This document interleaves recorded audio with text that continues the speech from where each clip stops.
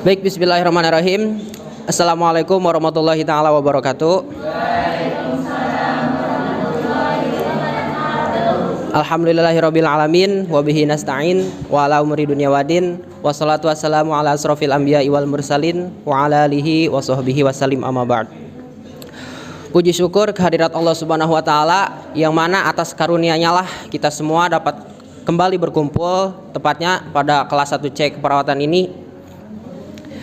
Perkenalkan, saya Hikni Rahmat Fauji, dan untuk memperlancar pemaparan materi yang akan saya sampaikan, saya tidak sendiri di sini, ada Yusuf Yugaswara, partner saya, dan Bapak dosen Parian Maulana Yusuf Eskep Nurse MKep yang saya hormati, dan tak lupa kepada teman-teman semuanya, khususnya audiens yang saya banggakan dan saya cintai. Langsung saja, saya akan memaparkan materi mengenai peran perawat dalam pemeriksaan data penunjang pasien.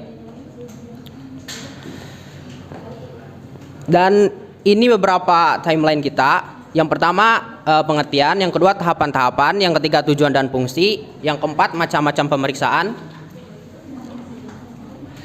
yang kelima peranan perawat, dan yang terakhir penutup.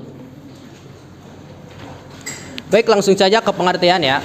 Jadi pemeriksaan penunjang merupakan pemeriksaan yang dilakukan untuk mengoptimalkan tindakan keperawatan dan proses perbaikan pasien, atau dapat didefinisikan sebagai pemeriksaan yang dilakukan oleh medis untuk memperoleh hasil yang selanjutnya dan menggunakan alat bantu tertentu.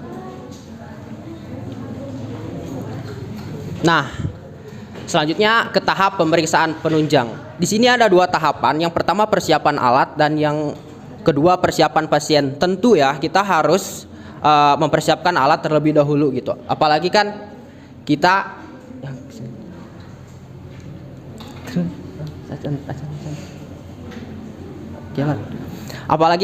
perawat ya. Jadi bermitra dengan dokter gitu. Jadi partner perawat, dokter, analisis, gizi gitu. Kita partner. Jadi jangan sampai kita tuh mengecewakan partner kita gitu dengan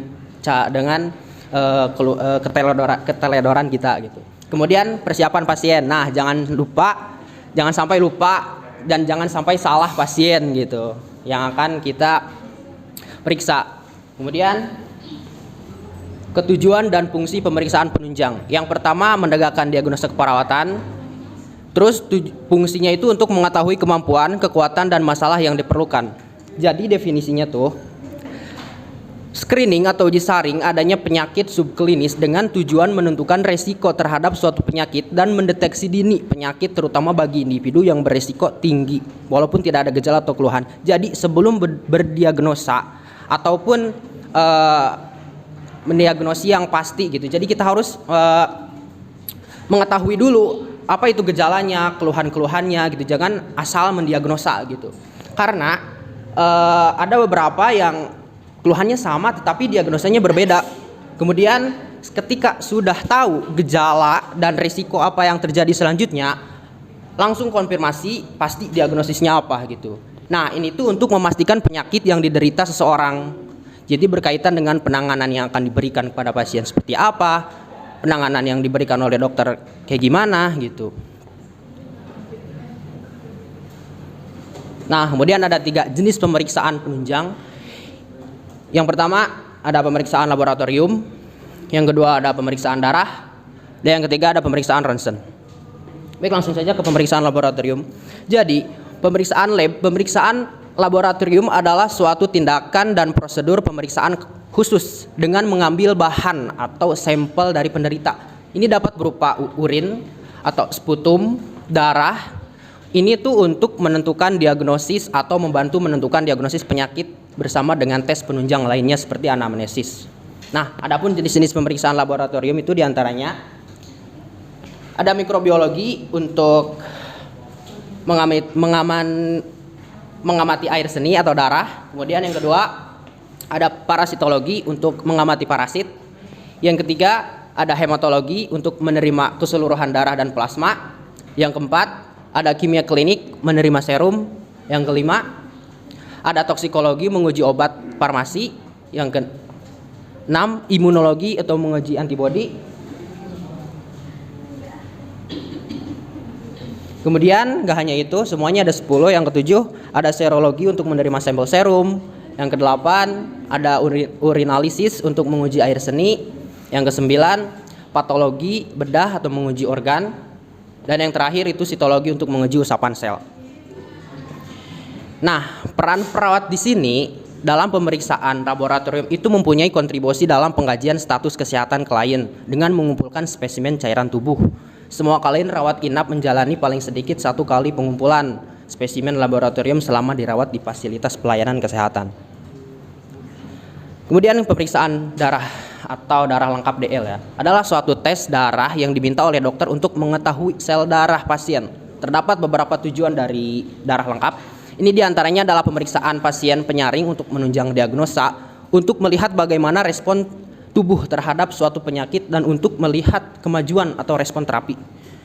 Nah, pada lembar hasil darah lengkap ini yang umum tercatat adalah kadar hemoglobin, jumlah trombosit, leukosit, dan hematokrit. Yang pertama hemoglobin. Nah, hemoglobin adalah metaprotein, yaitu protein yang mengandung zat besi di dalam sel darah merah yang berfungsi sebagai pengangkut oksigen dari paru-paru ke seluruh tubuh. Nah, tujuannya itu untuk memeriksa kemungkinan anemia. Nah, nilai normal laki-laki itu 14-16%, sedangkan perempuan 12-16 gram persen. Kemudian ke trombosit. Nah, trombosit adalah sel kecil yang beredar dalam darah yang tujuannya untuk melihat kemampuan tubuh mengontrol peredaran darah, dan nilai normalnya itu 150 sampai 400 ribu mikroliter darah. Kemudian leukosit. Leukosit adalah sel yang membentuk komponen darah. Sel darah putih ini berfungsi untuk membantu tubuh melawan berbagai penyakit infeksi sebagai bagian dari sistem kekebalan tubuh dan merupakan pertahanan badan terhadap benda asing gitu. Jadi tujuannya itu untuk mengetahui kemampuan tubuh melawan infeksi, dan nilai normalnya 5 sampai 10 ribu mikroliter darah. Kemudian hematokrit. Nah, hematokrit merupakan ukuran yang menentukan banyaknya jumlah sel darah merah dalam 100 mili yang dinyatakan dalam persen, dan nilai normal hematokrit untuk pria berkisar 40,7% sampai 50,3%. Nah, sedangkan untuk wanita itu berkisar 36,1% sampai 44,3%. Nah, kemudian peran perawat dalam pemeriksaan darah itu hanya untuk membantu menunjang pengambilan darah pada pasien, seperti persiapan alat tadi ya, ke tahap-tahapan, kemudian persiapan pasien, kemudian langkah kerja dan dokumentasi. Setelah itu sampel darah akan diberikan kepada medis yang ahli gitu, seperti analisis partner kita. Nah, kemudian ke pemeriksaan ronsen. Ronsen atau dikenal dengan sinar X, ini merupakan pemeriksaan yang memanfaatkan peran sinar X dalam mendeteksi kelainan pada berbagai organ. Di antaranya ada dada, jantung, abdomen, ginjal, ureter, dan lain-lain. Dan pemeriksaan ini tuh dilakukan dengan menggunakan radiasi sinar X yang sedikit, karena tingginya kualitas film sinar X itu digunakan untuk melakukan screening dari berbagai kelainan yang ada pada organ. Dan sinar X merupakan pancaran gelombang elektromagnetik yang sejenis dengan gelombang radio panas cahaya sinar ultraviolet, tetapi mempunyai panjang gelombang yang sangat pendek sehingga dapat menembus benda-benda. Dan sinar X ditemukan oleh sarjana fisika kebangsaan Jerman, yaitu Wilhelm Coulomb Ronsen tahun 1895. Nah, kemudian ada jenis-jenis pemeriksaan ronsen. Yang pertama konvensional, pemeriksaan radiologi tanpa bahan kontras, diantaranya ada kepala, ada toraks, ada esofagus, ada yang ketiga pertama kepala, kemudian toraks, kemudian ada pemeriksaan khusus. Ini pemeriksaan radiologi dengan bahan kontras. Yang pertama ada esofagus, kemudian ada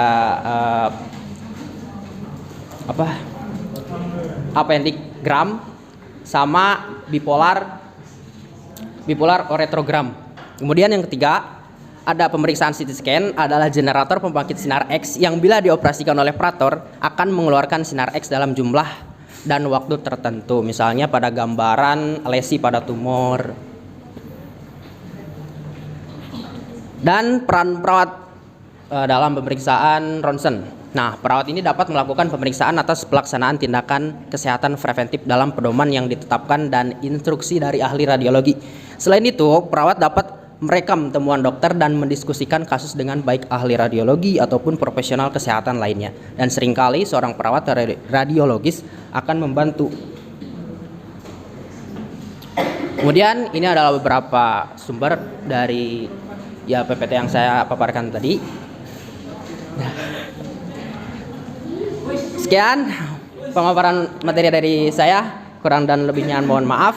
Saya Hikni Rahmat Fauji dan juga Yusuf juga Suara pamit undur diri. Wabillahi taufiq wal hidayah. Assalamualaikum warahmatullahi taala wabarakatuh. Astagfirullahaladzim.